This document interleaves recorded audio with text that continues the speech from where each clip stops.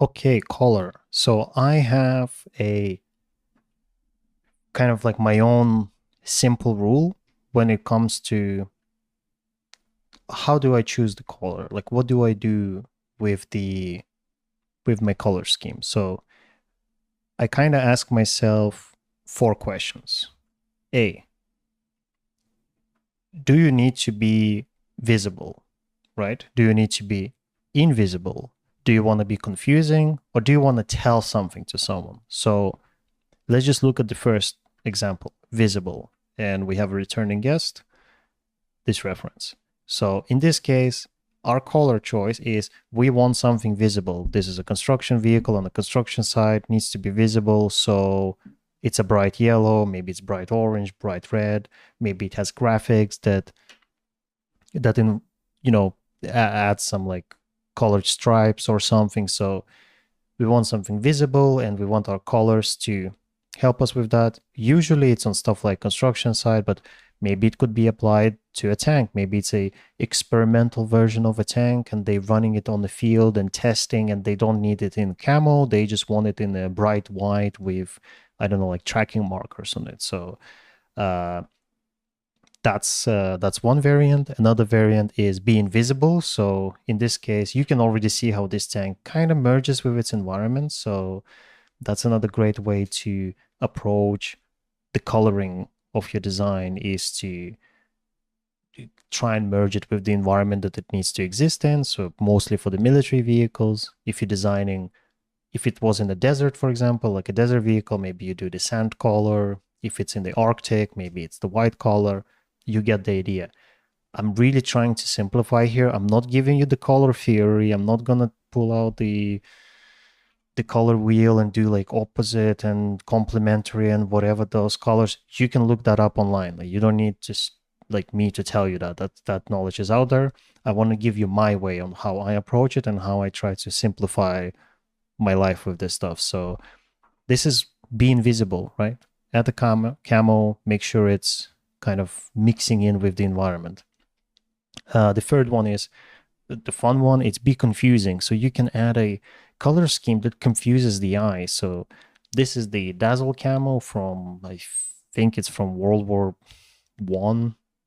Maybe it was used in World War II. I don't remember. But the idea is that when the submarines would look at the ships, they would have a very hard time understanding like what they're looking in, which direction it goes, how far it is, how fast it goes. So if your design needs to confuse someone, this is a nice example of how to use a Dazzle camo. Maybe you can come up with a different color pattern. Maybe you can draw like paint fake windows on your vehicle.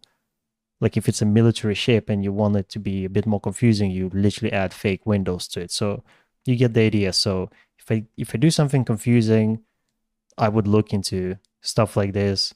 I think this is a bit more rare case scenario, and you need to, yeah, I feel like a lot of people who want to do this stuff, you need to be like very brave with your design and be okay with the fact that people will look at it and be like, what's going on? Like, I don't understand, which is the whole point. Be confusing.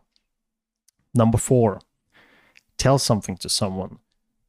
Here we have a Formula One car and it tells a lot of stuff. It tells me about Google Chrome, 7-Eleven, Dell, etc. So this is something I would use for if I'm doing something sporty or colorful, or it's like an event vehicle or event design. Maybe it's maybe working on a game that has sports in it, and so your color scheme will be a bit more random, right? Like in the real world racing, what does it try to tell you? It's basically, look, I'm here.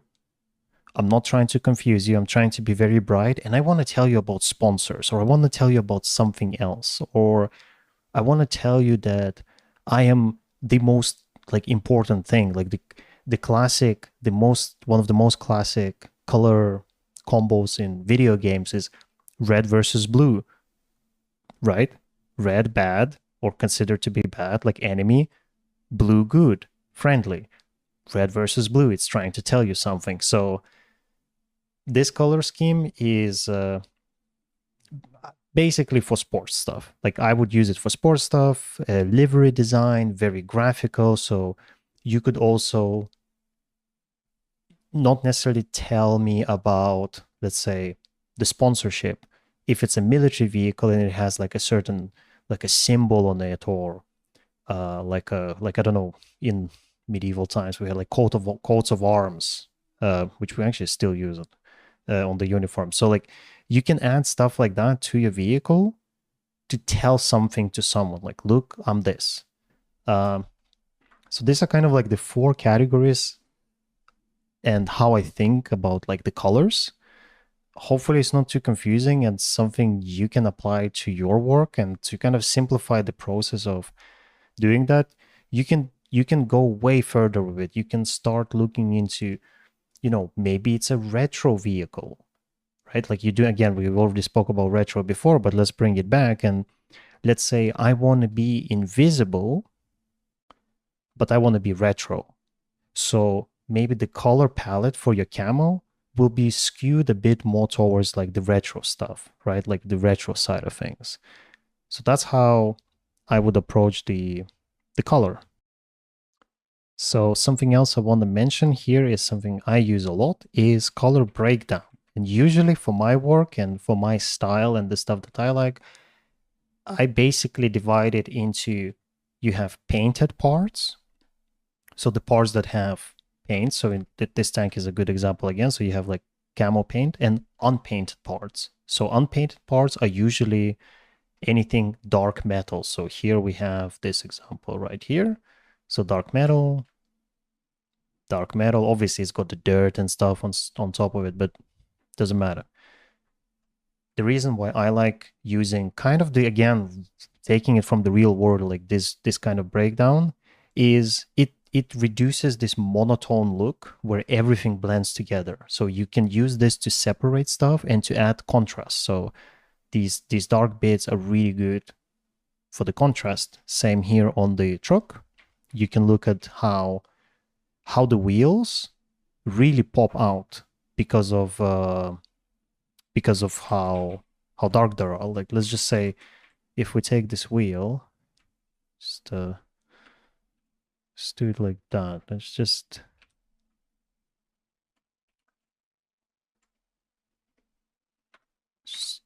cover it up, but no, do something like that. Yeah, if I remove these contrast parts, it just like all blends together and it's a bit less interesting to look at. And contrast adds a lot of detail. So we wanna make sure that we're aware of it. You don't necessarily have to use it. It really depends on what you're doing and what your subject matter is. But usually whenever I can, I try to break down my design into color and unpainted base. It's usually just the black metal, right? So like you can kind of see it here as well. So you have some color and around it you have dark. And with vehicles, the tires are usually dark. You can also add, like, let's say if I was designing this vehicle, we're not going to change the design, but how would I change the coloring? Like, what would be my take on the color breakdown? Just to show you as an example, so something you can think about as well. So we're going to take these parts here. I would make them dark. So this would be dark. And now we can kind of start, maybe this would be, maybe we keep something yellow, right? Let's see, what else can we, maybe I would add like a bit more dark here at the bottom, bit of yellow.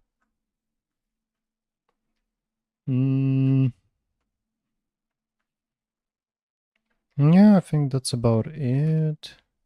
This whole area here is super messy and too over detailed for my liking.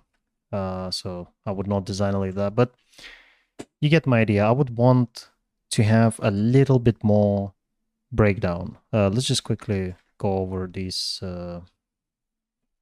this tank as well, just as an extra example of what I would probably do. So let's say we could separate this lower plate here. That could be interesting.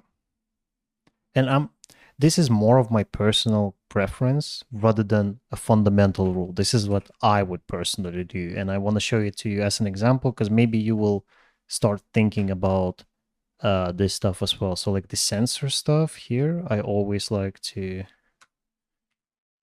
make it a little bit more contrasty like that. See how it pops straight away? Very nice. Same with the, maybe like the gun bits here could be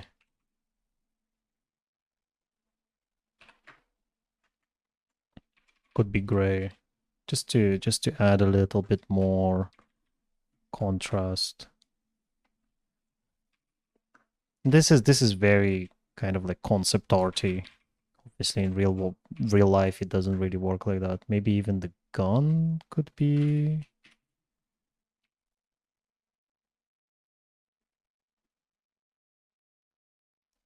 darker. Let's see.